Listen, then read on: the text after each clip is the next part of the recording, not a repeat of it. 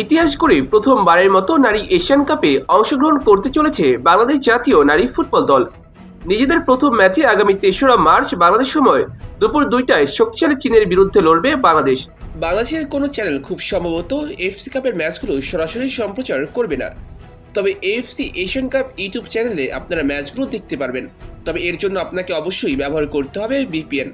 FIFA ranking, শক্তিমত্তা কিংবা সাম্প্রতিক performance, সকল কিছুতে ঋতুপর্ণাদের থেকে ঢের এগিয়ে চীন। ফিফা র্যাঙ্কিংয়ে চীনের বর্তমান অবস্থান ১৭, অন্যদিকে চীন থেকে যোজন যোজন পিছিয়ে বাংলাদেশের অবস্থান ১১২তম স্থানে। বড় মঞ্চের অভিজ্ঞ দল চীন এখন পর্যন্ত মোট ৮ বার নারী বিশ্বকাপে খেলেছে দলটি। এর পাশাপাশি ১৪ বার এশিয়ান কাপে খেলেছে তারা। এর মাঝে ৯ বার চ্যাম্পিয়ন হয়েছে দলটি। বিশ্বকাপ এবং এশিয়ান কাপ ছাড়া ৬ বার অলিম্পিক গেমসের মূল পর্বেও জায়গা করে নিয়েছিল চীন। অন্যদিকে বাংলাদেশ দক্ষিণ এশিয়ার সাফ চ্যাম্পিয়নশিপের বাহিরে এইবার প্রথমবার কোনো বড় আসরে খেলতে চলেছে। এইবার কথা বলা যাক দুই দলের সাম্প্রতিক পারফরমেন্স নিয়ে। ২০২৫ সালে এশিয়ান কাপ বাছাই পর্বে দাপট দেখিয়েছিল বাংলাদেশ। তারা ৩ ম্যাচে জয় পেয়েছিল আফেইদারা। বাহরাইন তুর্কমেনিস্তানকে ৭-০ এবং মিয়ানমারকে হারিয়েছিল ২-১ গোলের ব্যবধানে।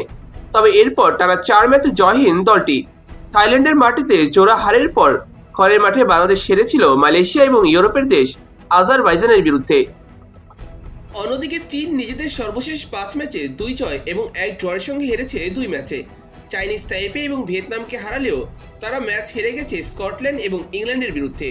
বাংলাদেশ ও চীন এর আগে কখনো একে অপরের বিরুদ্ধে ম্যাচ খেলেনি, অর্থাৎ চীন বাংলাদেশের জন্য একেবারেই নতুন এবং অপরিচিত প্রতিপক্ষ। চীনের বিরুদ্ধে জয় পাওয়াটা অথবা ড্র করা এখন পর্যন্ত অসম্ভব মনে হচ্ছে বাংলাদেশের জন্য, বরং এই ম্যাচে বাংলাদেশের লক্ষ্য থাকবে সম্মানজনক ফলাফল বের করে আনা। কারণ এই ম্যাচে কোনোভাবে কম গোল খেলে পরের রাউন্ডের আশা বাঁচিয়ে রাখাটা সহজ হবে বাংলাদেশের জন্য।